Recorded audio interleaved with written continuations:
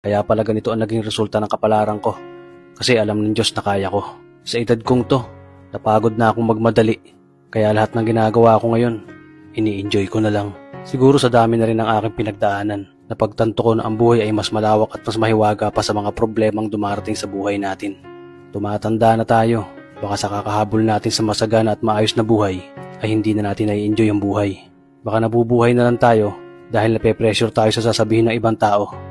Marami na rin akong mga naging maling desisyon sa buhay, pero lahat yun nagsilbing aral sa akin at natuto ko sa mga pagkakamali ko. May mga taong sobra nating mamahalin at bibigyan ng halaga, pero ibabalik lang sa atin ay kabiguan at matinding trauma.